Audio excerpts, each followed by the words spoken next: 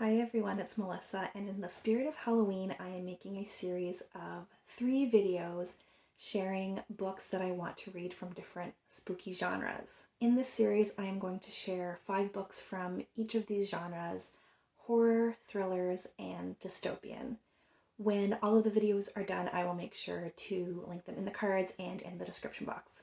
Today, I am sharing 5 books that could be classified as dystopian or post-apocalyptic. In no particular order, book number 1 is Hollow Kingdom by Jeanne Buxton.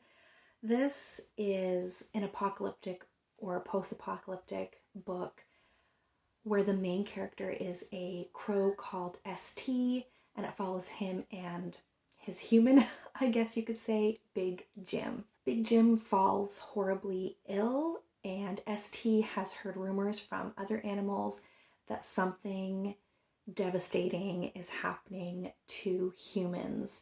So ST decides that he is going to save humanity. This has been called a dark comedy, so I'm expecting a little bit of wit or a bit of fun alongside this apocalyptic book. And honestly, I wanted to pick this up ever since I learned that the main character is a crow. That's all I needed. Book number 2 is Never Let Me Go by Kazuo Ishiguro. I know so little about this book. I know it's dystopian only because of how it has been labeled in Goodreads and elsewhere, but I can't tell you much about this book at all because there is evidently a huge plot twist in it. It seems that talking about this book is really difficult without spoiling it, so most booktubers I've seen who have recommended it have just said, it's really good, read it. So I can't really share anything plot-wise, unfortunately. All I know is that it's a dystopian in some way, shape, or form, and I'm assuming that probably ties into the twist a little bit. So what I think is probably going to happen is that the first portion of this novel is going to feel like an entirely normal world, and at some point, some twist happens where you realize it's a dystopian because of reason XYZ. I've heard many people recommend this book, so I'm just going to take their word for it. That is great. Book number 3 is Tender is the Flesh by Agustina Bazterrica. And this is a dystopian where people eat human flesh. In the society within this book, there are different classes of people. So there are a lower class of people that are bred to become meat, and in the society they don't even really see that class of people as people anymore. They don't even really see them as human beings. And as outrageous as that sounds, it really isn't far removed from actual human history. White enslavers convinced themselves that Black people didn't feel pain in the same way white people did, that they didn't have the intelligence or intellect that white people did, that they didn't have the same emotions or feelings that white people did, and therefore rationalized beating and torturing people, and of course owning them as if they were work animals.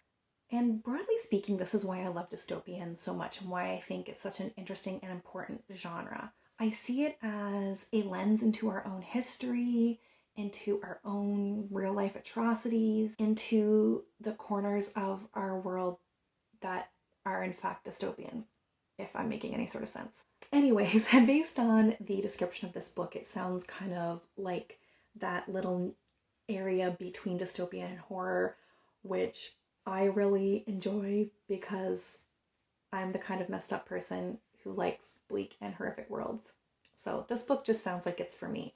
I've heard a couple people talk about it, but I'm going to link Gunpowder Fiction and Plot because I believe they discuss the book, so I will link a review. I didn't watch that because I really wanted to go into this book fresh and not learn anything more, but I will link their discussion/review in the description box. Book number 4 is Oryx and Crake by Margaret Atwood.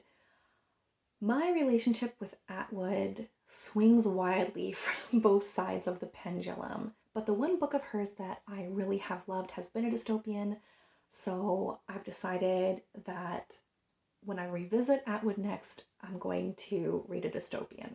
And if I can't love this, then I think I might just have to part ways with Atwood forever. So in this book, the world has been destroyed, or mostly destroyed, by a plague, and our main character, Snowman, may be the last person in existence.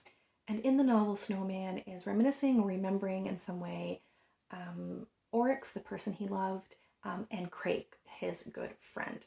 This book apparently has genetic engineering, the desolate ruins of a city, so all the dark world building I love in a dystopian. So this is part of a series called the Mad Adam Trilogy, so I'm hoping if I enjoy Oryx and Crake, that will give me another 2 books that I can read and love. So for book number 5, I am actually cheating a little bit, and we'll be talking about a couple of dystopian series that I would like to continue reading. I couldn't keep this list to 5 because dystopian is just my favorite spooky, dark genre. So sorry, but I had to cheat. So there are 3 dystopian series that I want to continue. The first is The Everlasting Rose by Dhonielle Clayton, and this is the second novel in the Bells series. So this is a YA set in a world where everyone is born gray, except for the Bells. They are the only people born with beauty, with color. They control beauty. They have a supernatural ability to transform others physically. It's about beauty as a commodity and our own obsession with appearance. And throughout the first novel, the Bells slowly come to realize that they are being lied to in various ways. The second book follows the main character after she's made some revelations about her world and has tried to change her society in some way. I won't spoil anything, but things were obviously left unresolved at the end of the first book. The second book is The People of Sparks by Jeanne DuPrau. So this is the second book in the City of Ember trilogy. This is a middle grade book set in a world of darkness. In the first book, we learn about Ember, which is a city that is being kept alight with the help of generators, which have been running for 200 years. However, the generators are starting to fail and power outages are becoming more frequent and are lasting for longer and longer stretches of time. Now, citizens have been told that Ember is the only light in a dark world, but our main character does not think this is true and thinks there must be another source of light somewhere else in the world. And the second book follows our characters as they try to figure out how to help the citizens of Ember escape the city. So the third and final book in a dystopian series that I want to share is Catching Fire by Suzanne Collins. This, of course, is the second book in the Hunger Games trilogy. I read the Hunger Games for the first time just a month or so ago because I'm late to that party. So this is set in a future dystopian North America where a corrupt government forces children from different districts into an arena for the annual Hunger Games, which is a fight to the death where only one victor emerges.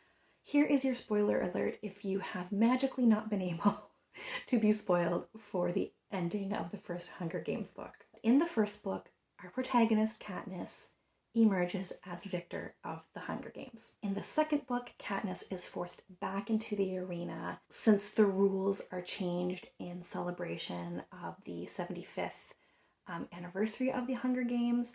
And so the rules are changed where the tributes or competitors are chosen from the living victors, the living tributes from each district. I already know how the second book ends for the most part. I don't know all of the details, but I knew how the first book was going to end as well, and it didn't squash my enjoyment at all. So I am just excited to read the next installment of The Hunger Games. I really like Suzanne Collins's pacing, and they're just like dark, fun dystopian reads. So those are 5 dystopian and post-apocalyptic books that I want to read.